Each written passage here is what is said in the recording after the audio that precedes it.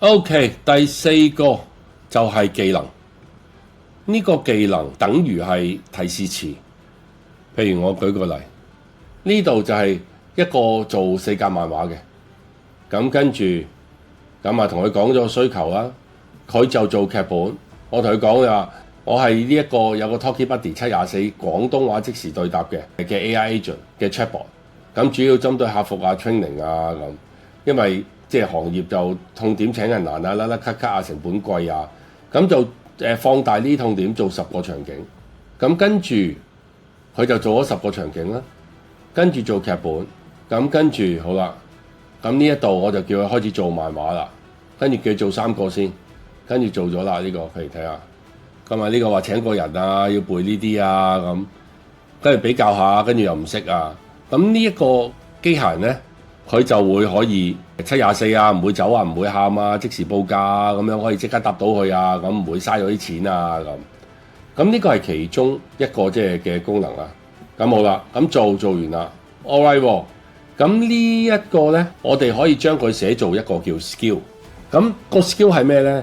佢係寫完之後，下次你 call 翻出嚟可以即刻用，你唔使每次都傾偈啊，每次都對答啊，就係咁簡單嘅啫。嗰個 skill 可能上網見到好多，但係我哋每次唔使可以重複傾，唔使又同佢嘥時間，即係又要重複性好鬼悶噶嘛，有陣時。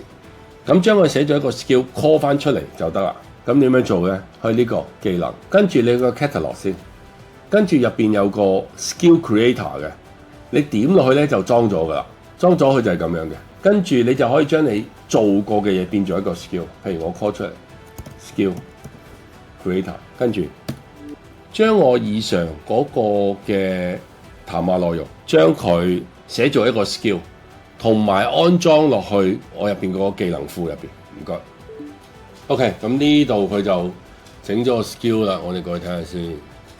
技能呢個 install 咗嘅，未有我哋 refresh 一下先。有啦，呢度搞掂。咁下次 call 出嚟咧，只需要咁樣，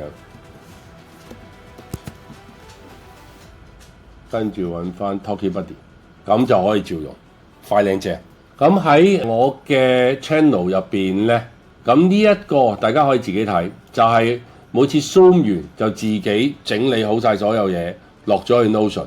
咁呢個就係個基礎嘅 skill 啦。呢度進階啲嘅會係個 GitHub，入邊有好多超級嘅寶藏喺入邊嘅。咁啊，大家有時間可以睇一睇啦。咁呢一個就係落廣告，呢一個就係揾 email， 揾精準客戶嘅。咁啊，大家不妨去我嘅 channel 嗰度去睇睇啦。我哋仲需要請文員、請 marketer、請 programmer。2026年 AI 做晒，我哋閒閒地請個文員都要萬零蚊，咁一年就10幾萬嘅咯喎。請多幾個，一年幾十萬走唔甩。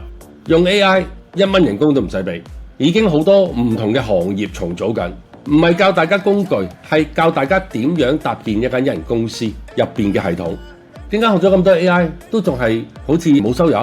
因為工具行先同埋系統行先嘅分別，我哋教大家建立嘅係一個系統，一個一人公司入邊需要嘅部門。我哋已經有唔同嘅行業、唔同嘅案例已經認證咗。AI 文員半日做嘅嘢幾分鐘搞掂。AI marketer 可以幫你出標題、出圖片、出文案，自己 send 晒唔同嘅 social media， 甚至乎落埋廣告。點樣整到靚圖、靚海報 ？AI programmer 幫你寫 website、寫系統、寫工具。AI sales 可以幫你揾到精準嘅潛在客戶，例如 email 或者係其他。同一個 AI 用法唔同，結果就唔一樣。